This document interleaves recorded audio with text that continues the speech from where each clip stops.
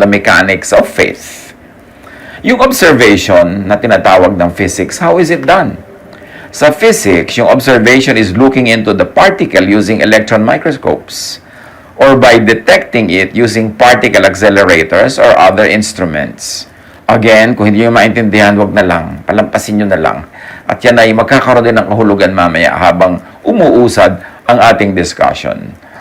Mahalaga, meron tayong maintindihan na observation. Pag may inisip ka, pag meron kang sinukat, pag may sinilip ka, pag may pinagbulay-bulayan ka, observation yon.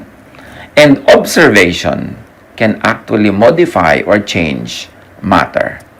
Tulad halimbawa ng prayer. Pag may ipinagpe-pray ka isang bagay, observation yon. Kasi inuurirat mo, pinupuntahan mo, pinag-uusapan, tinatapunan ng pansin, pwedeng magkaroon yun ng influence sa bagay na ipinagpe-pray, and it can change the physical world or the physical realities of those who are praying. So getting the property, the speed or location of particles, measurement din yun, or getting information. We are adding this perspective to those who appreciate the sciences and have some working knowledge in quantum physics. Pero sabi nga natin kanina, kung wala naman kayong hilig dyan, palampasin nyo na lamang. At try to understand, no? So to observe is to see directly or indirectly. Halimbawa, you can see using a microscope or any optical instrument and look into cells, look into parts of plants, or look into the atmosphere, look out into the sky using telescopes. Basta may tinitingnan ka, nag-observe ka. And you can indirectly see particles. Minsan, hindi mo talaga nakita ng iyong mata, but by bombarding it with other particles and making it react to other particles, para mo na rin siyang nakita. Parang billiard.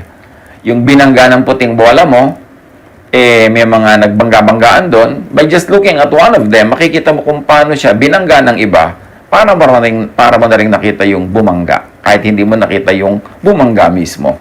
Kasi pinagbabangga-bangga mo sila. You can do that with matter. You can do that with particles. And because of the precise laws of science, you can expect or predict its current property using its other properties. For example, yung nga sinabi natin, pag kami nagbabanggaan, kahit hindi mo nakita bawat isa, just by looking at one, you will see how it happened. Ngayon, anong kinalaman niya sa scripture?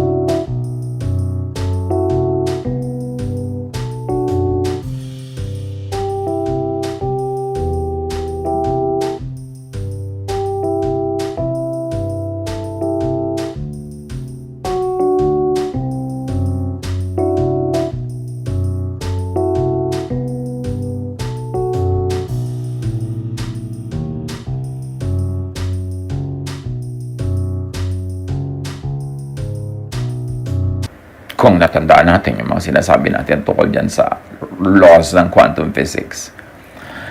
What are the teachings and practices of Jesus and of other persons in the Bible that show scientific principles of observation that we have just discussed?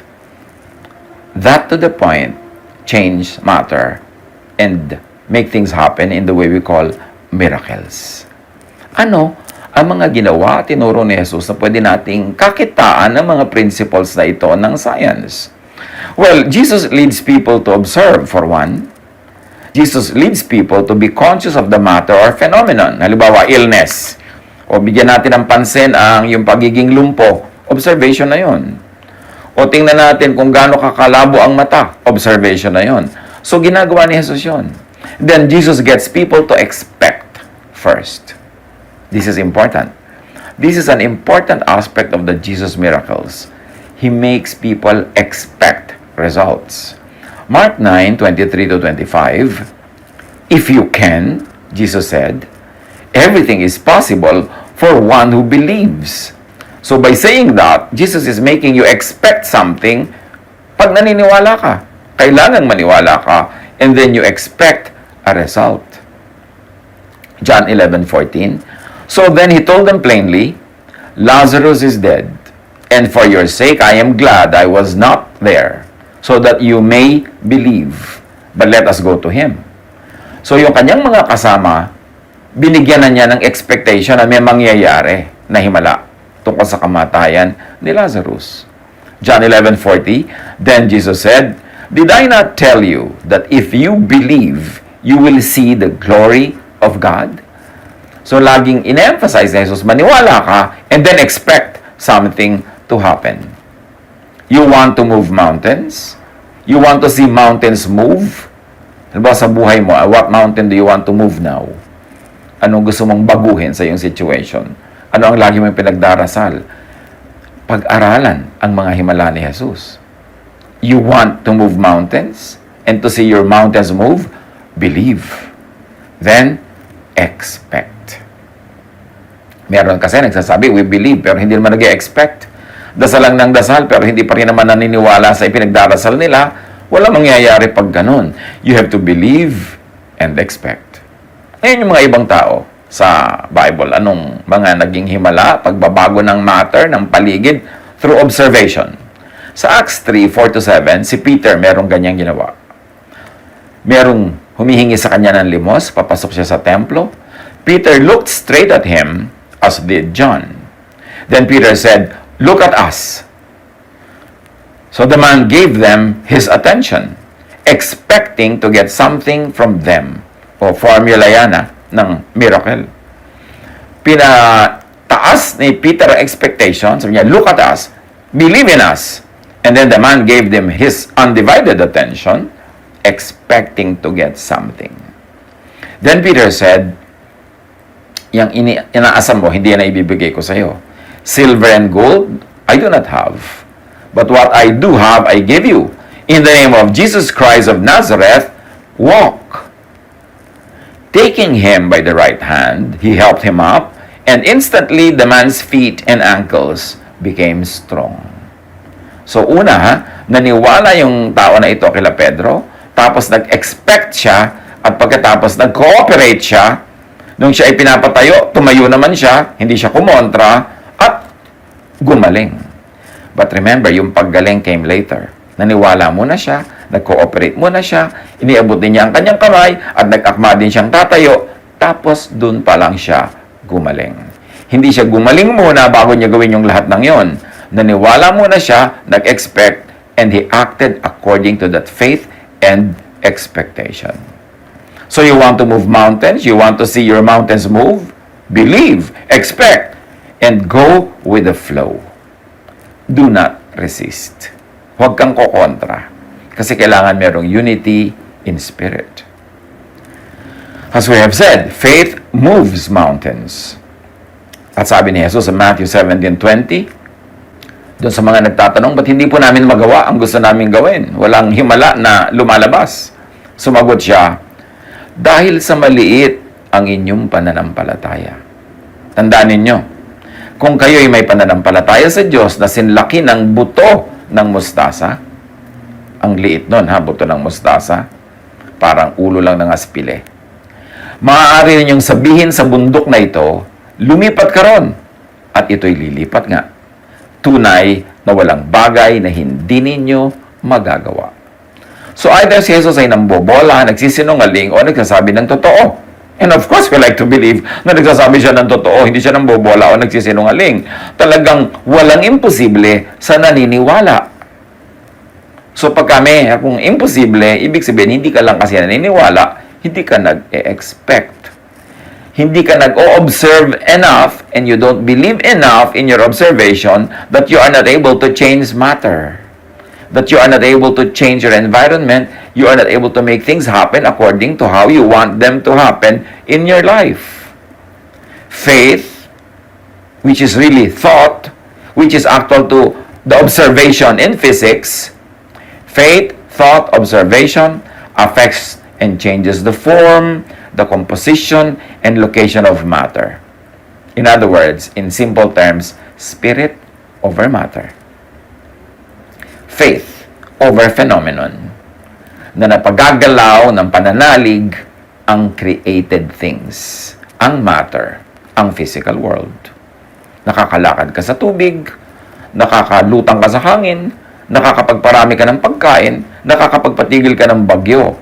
Because faith, thought, observation affects matter.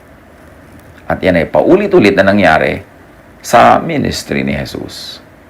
Faith even multiplies matter, just like Jesus feeds the 5,000 plus people in Matthew 14:18 to 21. Faith changes matter, like Jesus turns water into wine, John 2:7 to 10. May isa pang prinsipyo ang quantum physics. Ito ay yung quantum mechanics, that the existence of a wave or a particle depends on your point of view. Nothing is certain, nothing is absolute, there are infinite possibilities. Yung kinreate ng Diyos na mundo, nilagyan niya ng tao na kinreate niya in His own image at binigyan niya ng mandate to manage creation. And what we have forgotten to appreciate, if ever people really knew how to appreciate it, was that we were created in God's image. We were given the power and the priorities of God. Maybe fraction, pero meron. So that when we believe, we can actually ride on the power of God to reorganize, to reset, to recreate creation.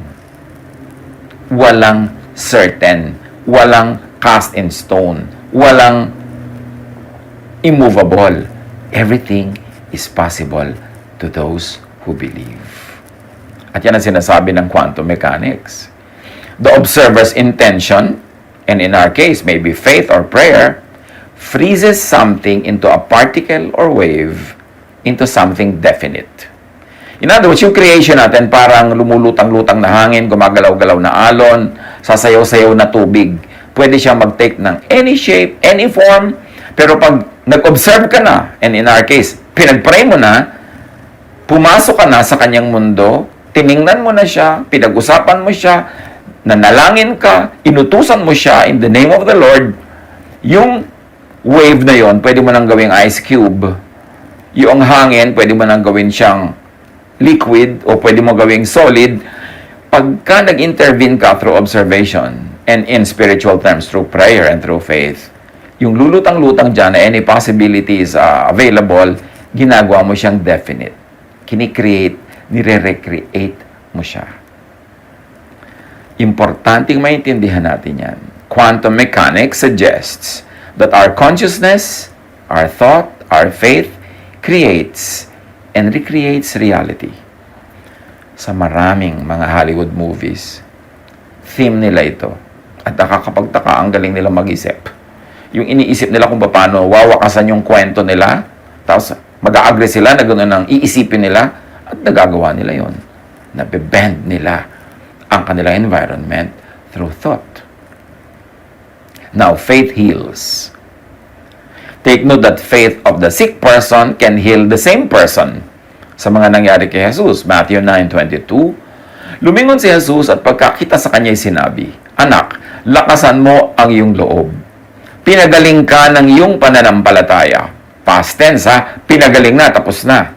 Nangyari na muna sa spiritual world yung pagpapagaling, pero hindi pa nangyayari sa physical world. Noon day gumaling ang babae. Sumunod na mangyari sa material world. Ito yung babaeng dinudugo.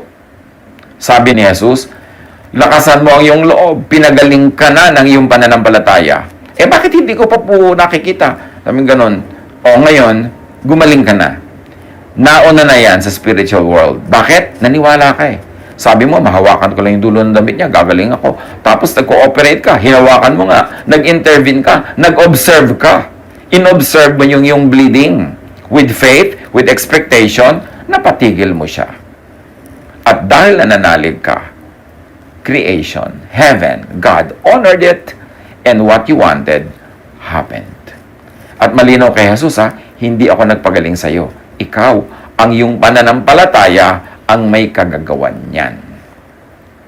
Mark 10:52, Sinabi ni Jesus, makakaalis ka na. Magaling ka na dahil sa iyong pananampalataya. Noon di nakakita siyang muli at sumunod kay Jesus. Again, nauna ang declaration ni Jesus, makakaalis ka na, magaling ka na. Dun pa lang nakakita. Matapos na, sabihin ni Jesus na tapos na ito. Tapos na sa spiritual world. Tapos na sa unseen world. And then, nagmanifest sa physical world. At ang ginawa niya, sumunod siya kay Jesus. Sa medical science, meron silang sinasabi na placebo effect. A placebo is anything that seems to be a real medical treatment, but physically isn't. Marami ng ganyang ginawa sa mga ospital, sa mga experiments, sa controlled environments.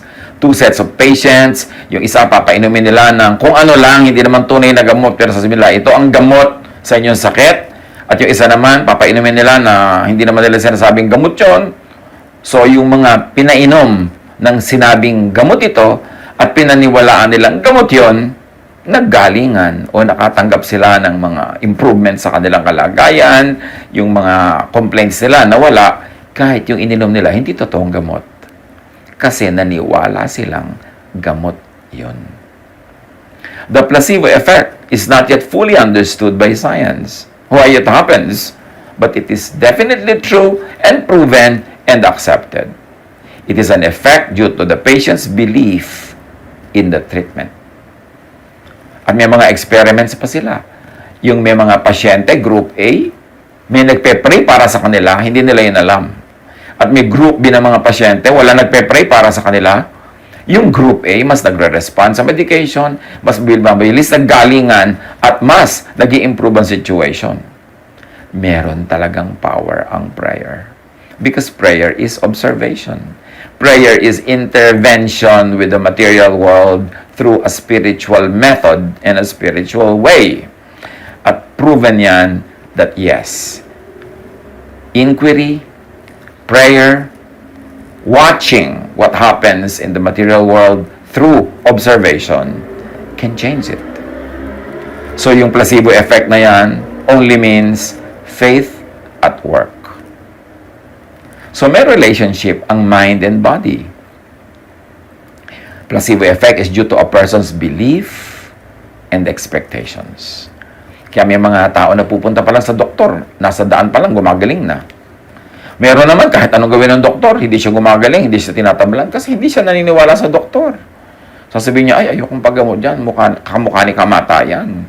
So, hindi siya tatablan kahit anong mangyari, kasi hindi siya naniniwala. Kailangan maniwala. In fact, meron akong kilala personally. Siya ay merong religious belief na ayaw nila ng blood transfusion. Pagkatapos, dinugo siya, dinala siya ng kanyang biyanan sa ospital, kailangan ng blood transfusion, ayaw niyang pumayag. Eh, nauubos na yung dugo niya, mamamatay na siya. So, yung biyanan na ang nag-decide, lagyan niya ng dugo. Ako nang bahala. Dali, lagyan niyan. Alam niyo, sa pag-ayaw ng pasyente, kahit nahihina siya, ayaw pumasok sa kanyang ugat yung dugo. Kasi yung kanyang faith, ano mang faith yon, at hindi natin ginadjudge kung correct or wrong yung faith, pero yung faith talaga works and it intervenes with physical reality. Sad to say that patient died. Pero yung kanyang kaayawan na pumasok ang dugo sa kanyang vein, yun ang nakapangyari. Ganon kalakas yung faith niya, na naig kesa sa laws of physical sciences, kesa sa laws of osmosis, kesa sa laws of medical blood transfusion. Expectation, faith, reorders the physical world. Pag naintindihan natin ito, magiging very powerful ang ating prayer life. Hindi magiging parang useless exercises. Mangyayari talaga ang gusto nating mangyari. Matutupad ang matutupad.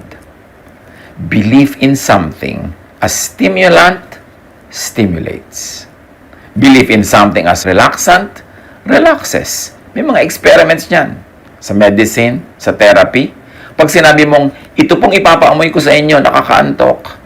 Inaantok na pag naniwala siya. Ito pong papaamoy ko sa inyo, pampasigla. Pero kahit yung pala, pareho lang na tubig lang yon. Pero pag naniwala siyang pampasigla yon, sisigla nga. Yan ang placebo effect. Hindi ibig sabihin useless, ha? Hindi ibig sabihin fake. Ibig sabihin lang, yung paniniwala achieves something. And the stronger the expectation, the stronger the feeling, the stronger the results. Kaya kung minsan yung nakakapanood tayo na kung minsan televised pa yung mga healing session na paniwalang-paniwala yung mga tao, pipila sila na mahihil. Nahihil nga. Kaya lang, sabi ng iba, bukas bumabalik din. Eh siguro nawala uli yung pananampalataya nila. Siguro nang hina o whatever it is. Pero meron talaga nangyayari pag naniniwala ang tao. Faith heals. And note that faith of the sick person heals.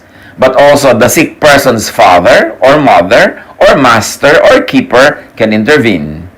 The faith of other interested persons can also intervene. In other words, this is the intercession of a stakeholder. Na ang nag-observe, hindi yung pasyente, kundi somebody na merong kinalaman sa pasyente. In quantum physics, there is a law called entanglement. Ibig sabihin, this is a property of quantum physics where and by which a particle or anything is affected by affecting just its pair. Pagka mayroong dalawang particles na closely associated, matagal na nagkasama, nag-ikutan, nagkiskisan, marami silang mga pinagsamahan na particles, minsan nagiging silang pair. And they're already pair forever. Kahit magkalayo pa uli sila, napunta yung isa sa kabilang mundo at yung isa nandito sa kabilang dulo, what happens to one also affects the other. Yun ang tinatawag na pair. Parang pinagbuklod ng posisyon, ng kilos. At sa mga tao may mga pair. Halimbawa, mag-asawa, sobrang emotional involvement nila, pair sila. Kaya kung minsan, nagsasuffer yung isa sa malayong bansa, nararamdaman itong asawa na nandito sa Pilipinas. Sa mga kambal, nagiging pair sila as particles na yung nararamdaman ng isa, nararamdaman din ng kakambal niya kahit hindi sila magkalapit. Nangyayari yan kahit na sa mga magulang at anak. Yung mga anak na nasa giyera tapos humahanap ng napakalaking panganib, biglang nararamdaman ng nanay niya. Kasi pair sila. May entanglement. Yung pair na yan is happening to matter, it's happening to particles, but pwede rin person with person.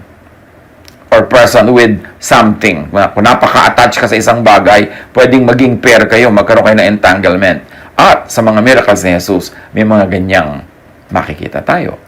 Halimbawa in Luke 7:7-10, the master asked Jesus to heal his servant. At nung pupunta na si Jesus sa bahay ng master na ito, sabi ng master, huwag na po, huwag na kayong pumunta, maabala pa kayo. Nananalig ako na kahit dito, mapapagaling nyo ang aking servant. And the man who had been sent returned to the house and found the servant well. So, dahil this master was affected by Jesus, the master also affects the servant long distance. In other words, this master and his servant had become pairs in a way that now, nagkaroon sila ng entanglement na noong tumanggap ng pagpapala ni Jesus itong master na ito, na ipatanggap din niya at nailipat sa kanyang servant na malayo. In Matthew 25:22-28, a Canaanite woman had a sick daughter, dying. And she came to Jesus. At sabi niya, pagalingin niyo po ang anak ko. And to make a long story short, kahit wala doon yung anak niya, verse 28, then Jesus said to her, "Woman, you have great faith. Your request is granted." And her daughter was healed at that moment. The affected mother, by Jesus, affects the daughter long distance. And physics talks about this same thing without connecting the two. Tayo lang nagko-connect na ang tawag dyan ay entanglement. So may entanglement. Pwede ka mag-intercede for somebody you love. Pwede mo siyang ilapit sa Diyos. Pwede mo siya ipag-pray. Kasi pag binless ng Diyos yung prayer mo, maililipat mo yung blessing na yon, whether you know how or you don't know how, doon sa ka-pair mo, doon sa ka-entangle mo, doon sa merong kayong commonality at kayo'y merong pagkakaisa at kayo ay sangkot sa isa't isa. Faith changes the spiritual and material world. Katulad sa Hebrews 11:11, si Sarah na hindi na pwedeng manganak, nanganak pa. Kasi nga, nothing is impossible for those who believe. Mark 11:23, tandaan ninyo ito, sabi ni Jesus, kung kayo'y nananampalataya sa Diyos at hindi kayo nag-aalinlangan, maaari niyong sabihin sa bundok na ito, umalis ka riyan at tumalon ka sa dagat, at ito nga ay mangyayari. Now, pag tinignan natin yung lokal where Jesus was speaking, it was in Israel, it was around many mountains in Israel, at kahit lalo na sa bundok ng Zion, sa Jerusalem, ang layo niyan sa dagat, ang layo. So, dinagdagan pa ni Jesus ng drama yung sinasabi niya. Hindi ka lang susundin ng bundok, natatalon siya dyan lang sa bangin, kahit doon sa malayong dagat. But take note of the quantum physics uncertainty principle. This is another principle of quantum physics, uncertainty. The act of measurement or observation, and in our case, prayer, disrupts the object. Measurement intervenes with and changes the object. Oras na may ipinag-pray ka, may maiiba sa kanya. Oras na may pinansin ka, inilapit ka sa Diyos, pinansin mo ang sakit niya, pinansin mo ang situation niya, dahil may observation kang ginagawa sa kanya, merong mangyayaring pagbabago. The more precisely we know an object's position at the time of measurement, sabi ng physics, the less we know about its whereabouts after the measurement. So, kahit na alam mo kung nasan yung item na yon nung mine-measure mo, pagka-measure mo, hindi mo na malalaman kung saan siya naroon at saan siya pupunta. Kasi yung act mo ng pag-measure, act mo ng pag-observe, act mo ng pakikialam sa kanya, changed that object, changed that matter, changed that particle. So, naalaman mo lang noong ino-observe mo siya. But matapos yun, pupunta siya sa ibang lugar at hindi mo malalaman kung nasan yun. This uncertainty is inherent in the laws of quantum physics. Otherwise, kung hindi ganun yun, you would have a deterministic world which precludes free will. Now, pumapasok yung free will. You see the interplay of physics, quantum physics, and spirituality as we know it from the Bible. Na may free will. Kasi kapag pinag-pray mo ang isang tao, nag-intervene ka sa kanya, pagka meron kayong interaction, merong uncertainty principle that will take effect. Na magkakaroon siya ng pagbabago that is beyond your control and probably will be beyond your knowledge. So, hindi mo pwedeng ma-determine matapos mo makialam sa kanya, matapos kang ma-involve sa kanya, hindi mo pwedeng ma-determine kung anong gagawin niya sa susunod na araw, saan siya nandun sa susunod na taon. At ganun-ganon yung pag-aasawa. Dahil, inobserve mo siya sa pamamagitan ng iyong pansin na pagpapakasal sa kanya. Dahil ipinagpe-pray mo siya. Dahil sumasangkot ka sa kanya, merong nababago sa kanya that is beyond your control. So, hindi mo talaga siya makokontrol. So, yung pag-aasawa na yan, yung pagkakaroon ng anak, ganyan din, yung gusto mo siya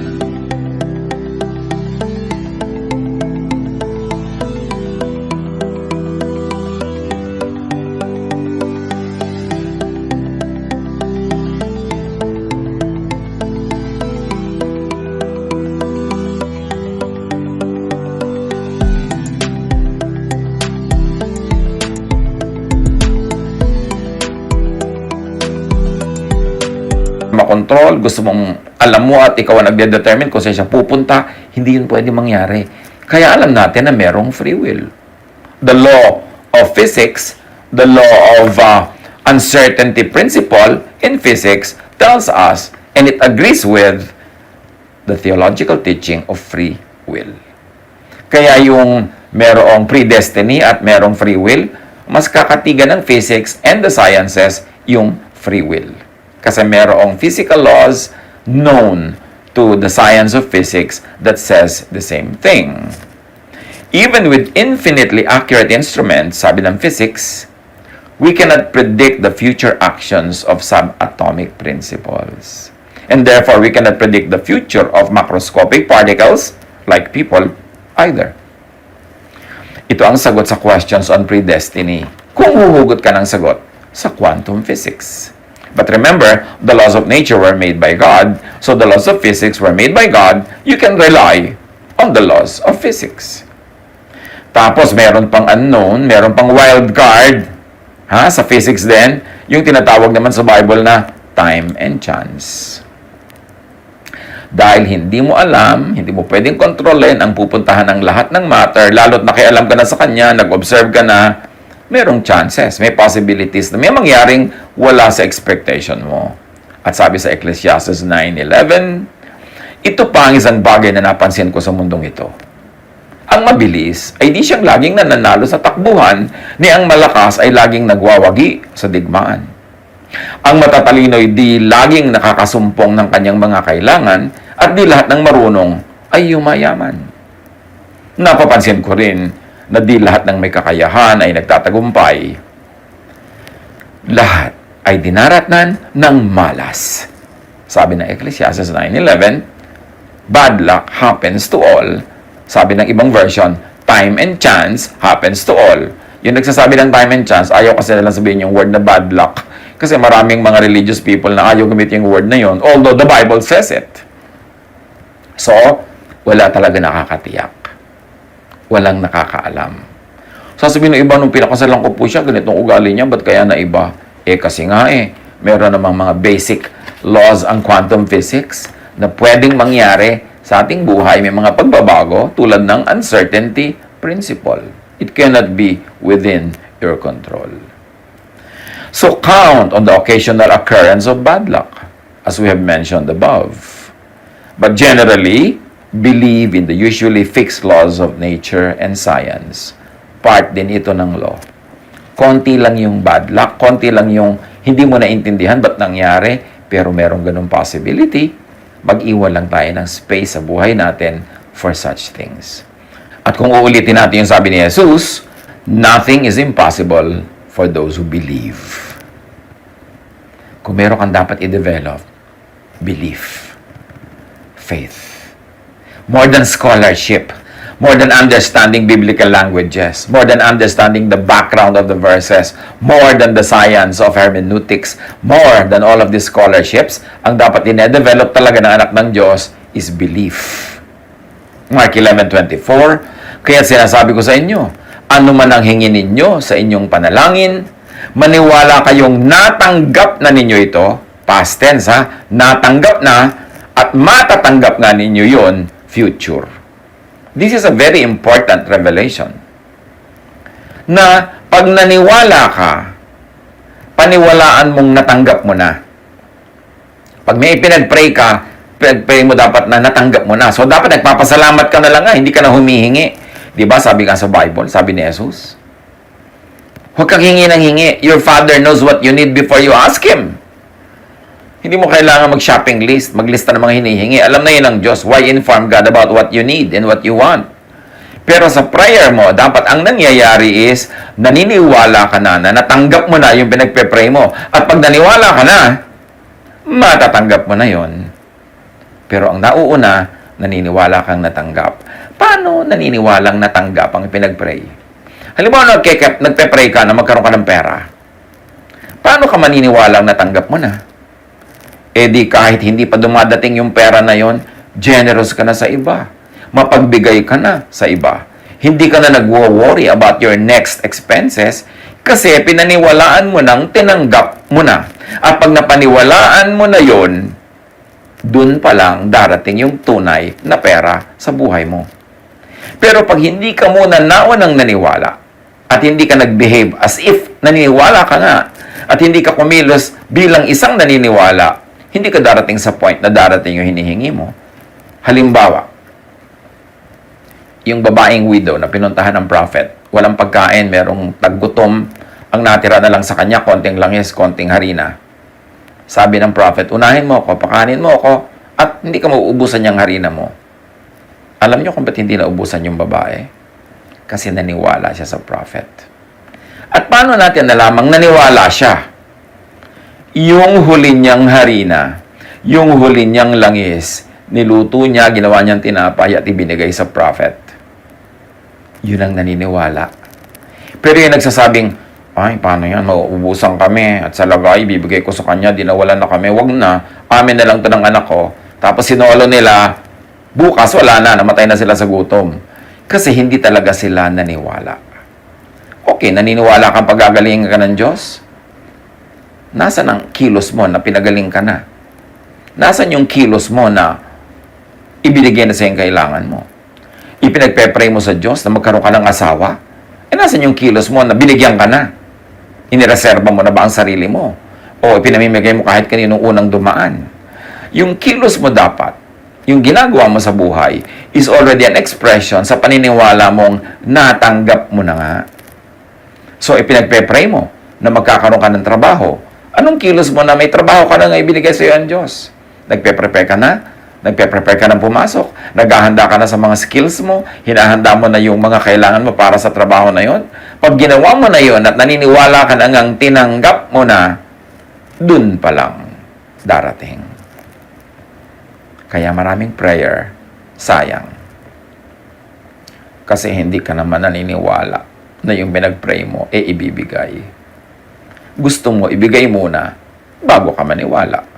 Gusto mo, dumating muna yung sagot, bago ka talaga maniwala. Hindi mangyayari yun. Dahil sabi ni Jesus, maniwala kayong natanggap na ninyo, past tense, at matatanggap nga ninyo yon, future tense. Mark 9:23, may nagsabi kasi kay Jesus, kung may magagawa po kayo, gawin nyo naman para sa amin.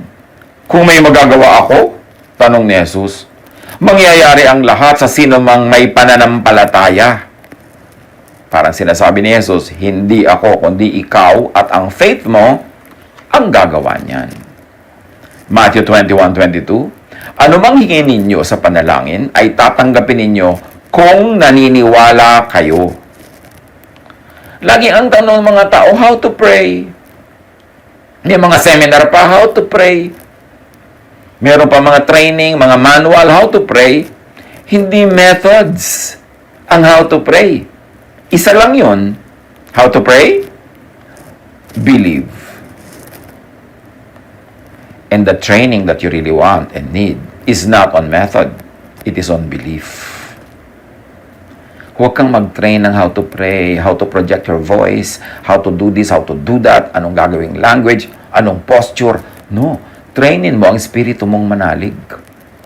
Kasi pag nananalig ka, hindi mo na kailangang mag-pray with words. Kasi yung tunay na prayer, hindi with words, with imagination, with feeling. Nagpe-pray ka na pagagalingin ka, ang umaandar na sa iyong utak, ang nai-imagine mo na at nararamdaman mo na talaga is galing ka na. Dahil naniwala kang tinanggap mo na. At pag nakarating ka sa ganong stage ng paniniwala, na tinanggap mo nga ang hinihiling mo, dun mo pa lang talaga matatanggap. Faith muna, belief muna, angkinin mo na muna, believe that you have received it, and then after believing that, and living your belief, living it out, then you will receive it. Nothing is impossible for those who think and believe, for those who are conscious. And if we're going to use the terms of quantum physics, nothing is impossible for those who observe, those who pray, those who believe. Training should not be on method of prayer, but on observing, on pakikisangkot sa particle, sa bagay, sa idea, sa phenomenon na ipinagpe-pray. Is prayer an act of observing? An academic question. In extension, yes. To extend the laws of quantum physics. Because praying is like measuring. You are trying to get the information you want or for an event to happen. Observation yon. At ganun ang ginagawa ng prayer. Praying is like predicting or expecting an outcome. Ganun talaga yon. Kaya sabi, di ba, ipagpasalamat mo na natanggap mo na. Kasi ang prayer, hindi lang umaasa. No! Naniniwala kang tinanggap mo na. You are predicting and expecting an outcome. And in physics, observing ang tawag doon. In religion, prophesying ang tawag doon, which is believing and claiming. Kaya mga naniniwala sa prophecy, they live according to what the prophecy says. So if you believe in your prayer, do you live according to what your prayer says? Yung, Lord, baguhin niyo po ang aking ugali. Okay, naniniwala ka ba na binago ka na? At ang katunayan na naniniwala ka, yung action mo, iba na.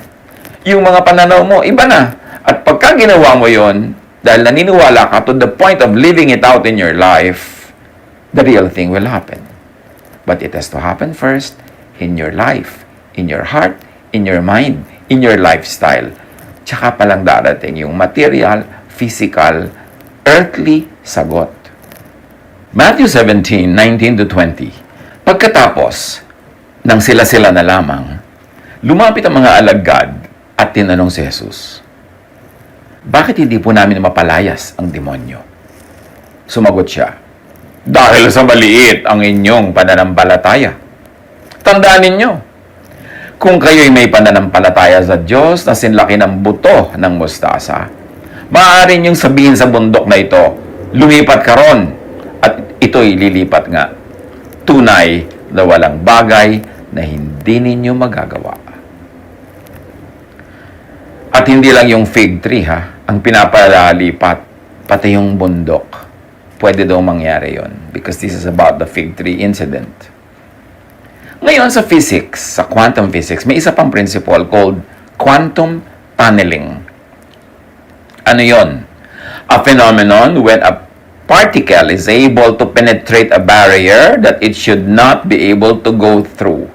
May ganong phenomenon ng quantum physics. Yung particle na hindi niya kayang sumuot sa isang lugar, halimbawa bola, hindi niya kayang sumuot sa pader, pwedeng mangyari. Yun ang sinasabi ng quantum tunneling. Sometimes, an electron will tunnel to a location where, according to classical physics, it could never appear. Nangyayari yan sa tunay na buhay na may mga electrons na bakit nakasuot, nakalampas sa ganitong mga barrier, samantalang kung papakinggan mo lang ang classical physical laws, hindi yun pwede mangyari, pero nangyayari as understood from the lenses of quantum physics. It is like bombarding a wall with a tennis ball. In classical physics, the balls will never be able to get through. Unless, of course, you throw the ball with enough force to break the wall. But in quantum physics, everything is a wave of possibilities. Remember, pinag-aralan na natin na sa quantum physics, walang permanent, lahat in continuous creation and recreation. At by intervention, by observation, pwede mong baguhin yung nag-i-exist na mga bagay-bagay dyan. So, yung particles, like the ball, will have a possibility of appearing on the other side of the wall if you give them enough chances. That is what quantum physics says. It's like throwing the tennis ball to the wall many, many, many times. Then, one of those times, lulusot siya. On one chance of possibility, it will go through the wall. Ang tawag doon, spiritual tunneling. Ngayon, anong tawag dyan sa spiritual terms? Pray without ceasing. Na kahit yung parang imposibleng mangyari, yun ang sinasabi halimbawa ng laws.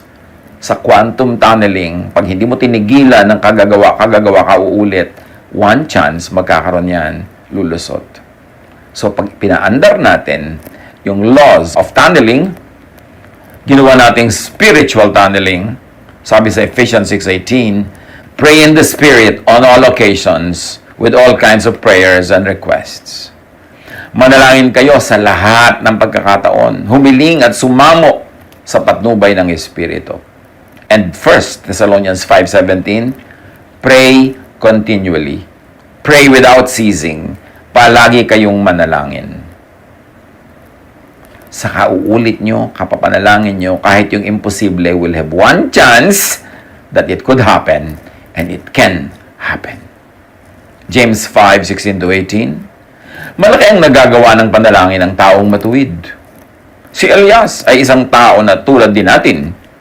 Nang mataimtim siyang nanalangin na huwag umulan, hindi nga umulan sa loob ng 3 taon at 6 na buwan. At nang siya'y manalangin para umulan, bumagsak nga ang ulan at namunga ang mga halaman. Quantum tunneling. Yung ipinagpe-pray mo, huwag mong pagsawa ang ipag-pray. Kasi hindi mo alam na biglang magkaroon ka ng chance, makalusot yung isang prayer mo through the wall na tinatawag ng quantum physics na quantum channeling. Na tinatawag lang natin na fervent prayer, persistent prayer, yung hindi maawat na faith. Because faith can move mountains and faith can make tennis balls pass through concrete walls. But pray from and out of faith. Pray expectantly. Pray in spirit. Hindi kailangang words. And pray not just with affected, empty words. Kaya sa prayer, ang turo ni Jesus, Matthew 6:5-8, kapag nananalangin kayo, huwag kayong tumulad sa mga mapagkunwari. Mahilig silang manalangin, nakatayo sa mga sinagoga at sa mga kanto upang makita ng mga tao. Bakit ganito ang turo ni Jesus na huwag ganito ang prayer? Kasi mahirap mag-focus. Mahirap manalig, mahirap maniwala, mahirap mag-expect, at mahirap mag-tunneling kung meron kang audience na iniintindi, kung tinitingnan mo pa yung volume ng boses mo sa panalangin, anong vocabulary mo, anong words ang gagamitin mo, paano mo sasabihin ng maganda para ma-impress sa mga tao o para maintindihan nila paano ka magfa-focus sa faith mo. Paano na yung quantum tunneling mo. At sabi ni Jesus, tandaan ninyo, yung mga ganyan mag-pray, tinanggap na nila ang kanilang gantimpala. Ngunit kapag mananalangin ka, aking mananampalataya, aking anak, pumasok ka sa iyong silid at isara mo ang pinto. Saka ka manalangin sa iyong ama na hindi mo nakikita. Kasi kahit hindi mo nakikita yung ama mo, mas mabuti nga kasi yung imagination mo will be limitless. Then, malalampasan niya ang mga physical laws. At pag walang tao, wala kang i-impresin. Wala kang performance. Makaka-focus ka on believing, makaka-focus ka on imagining, makaka-focus ka on feeling as if you're already receiving the answer. Kasi sa prayer, for it to work, dapat mag-agree ang iyong heart and mind. Mag-agree ang iyong thought and feeling. So, hindi pwedeng iniisip lang ng mind mo yung prayer, tapos hindi mo naman na-feel. Hati ka nun at ayaw ng Diyos sa hati. Kailangan buo. Buo ang loob, buo ang pagkatao, buo ang prayer. Pagka nag-iisa kang nananalangin, bagamat merong advantages ang group prayer, ha? Lalo kung nagkakaisa talaga kayo, nagkakaintindihan kayo, walang impression na gusto mong gawin, walang pasikatan, walang controlling of others, napaka-effective din ang group prayer. Pero sabi ni Jesus, kung talagang gusto mo ng very effective prayer, pray alone, in private, where you could be alone with God. Because you could observe, you could focus, you could concentrate. You could do quantum tunneling.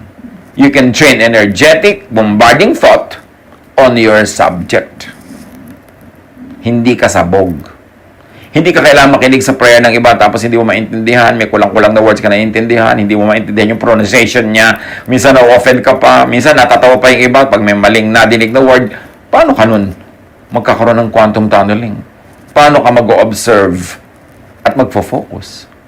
At sa patuloy ni Jesus, then your Father who sees what is done in secret, meaning focused, will reward you. Meaning your expectation will be materialized. At ang iyong ama na nakakakita ng ginagawa mo ng lihim, ang siyang magbibigay sa iyo ng gantimpala. Sa pananalangin ninyo, huwag kayong gagamit ng maraming salitang walang kabuluhan. Gaya ng ginagawa ng mga hentil. Ang akala nila ay papakinggan sila ng Diyos dahil sa haba ng kanilang mga sinasabi. So words, especially when spoken to be heard by others, could actually become hindrances. Abala, sagabal sa tunay na pakikipagtalastasan sa Diyos. Sabi ni Jesus, huwag ninyo silang tularan. Alam na ng inyong Ama na nasa langit ang inyong kailangan bago pa ninyo ito hingin sa Kanya. Pero may mga prayer meeting, nakalista pa sa board yung mga hihilingin. May naka-assign pa sinong hihiling nito, sino mag-open, sino magko-close. Inimbento lang yan ng mga tao, pero hindi ganyan ang prayer na itinuro ni Jesus. Prayer is not to inform, but to create and to recreate. And for that to happen, there must be fervent focus. There must be utmost and complete attention to what you are doing so you can observe, you can intervene, you can recreate creation. Group prayer could also be effective, but only when all those who are present pray as one and when they totally agree. Matthew 18:19, tandaan din ninyo, kung ang dalawa sa inyo ay nagkaisa dito sa lupa sa paghingi ng anuman, ito ipagkakaloob sa inyo ng aking Ama na nasa langit. So when two agree, God will give it. But two does not always have to mean two distinct persons. Well, it can really mean that, pero hindi limited doon ang meaning. Two here could be one person's heart and mind, feelings and thought. Yung tao, parang two, yan eh. Meron kang puso at isip. May nadarama ka at meron kang iniisip. Kaya dapat agree yun. When your feelings and your thought, when your heart and your mind agree, buo ka, isa ka lang, magaganap ang iyong pinaniniwalaan at hinihiling. True, powerful, effective faith and prayer that moves mountains come from one heart and mind, one feelings and one thought. Kaya dapat faith mo buo. Kung may kasama ka, iba yung paniniwala niya, hati na kayo, wala na kayo ma-achieve. At kahit nag-iisa ka, hindi ka naniniwala sa sinasabi mo, hindi ka naman talaga nag-expect sa pinagpe-pray mo, hati ka rin, don't expect that it will happen. James 1:6-8, subalit ang humihingi ay dapat magtiwala sa Diyos at huwag mag-alinlangan. Sapagkat ang nag-aalinlangan ay parang alon sa dagat na itinataboy ng hangin kahit saan. Huwag umasang tatanggap ng anuman mula sa Panginoon ang taong pabago-bago ang isip at di alam kung ano talaga ang nais niya. How could you quantum tunnel? How could you focus and keep on hitting that wall with the same ang iyong loob? Faith, thought, observation alters created things, recreates created things, transcends, bends, overrides, remakes natural law. Yes, may natural law. At habang kaya mo, up to what is possible, observe and submit to natural law. But you are not limited to and by natural law. Kasi meron ding, ngayon ay ibinubunyag ang quantum physics na matagal lang itinuturo ni Jesus, faith can move mountains. Faith can override natural law. Pero, unless you really have the conviction to override natural law, it is simpler and easier to just abide by it. Pero kung talagang kailangan ma-override yan, and then, i-override mo siya. But through what? Through tunneling, through observation, through prayer of faith para tumalab. As first choice, as automatic fallback, as to be more certain, observe natural law.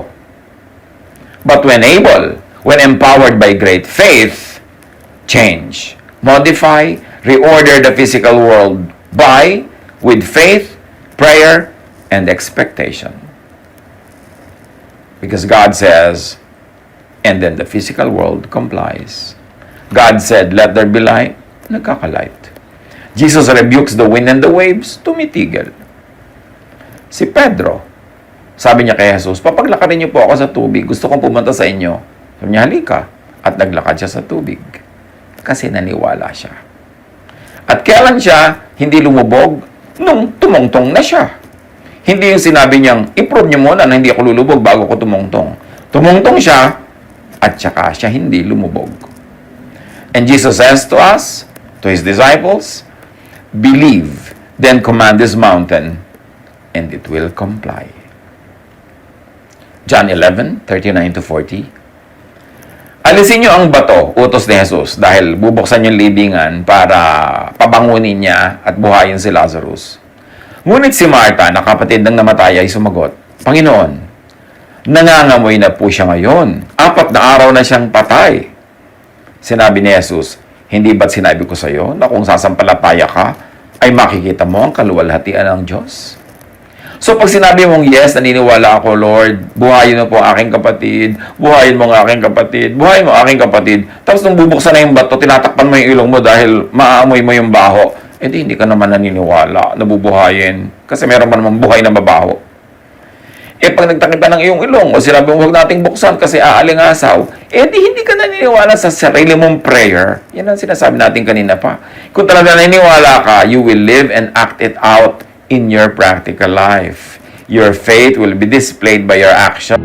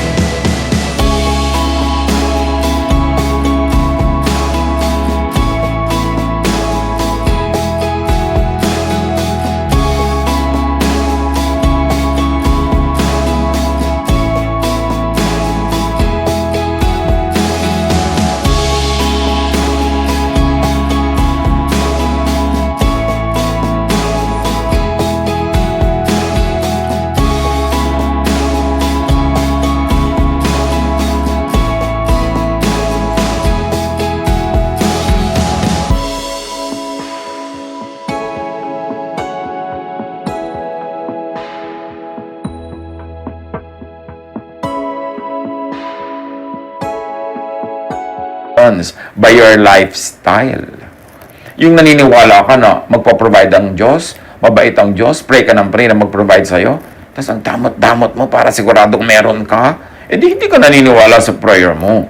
Naniniwala ka, Lord, provide niyo po kami ng needs namin, bigyan niyo kami ng mga pangangailangan namin.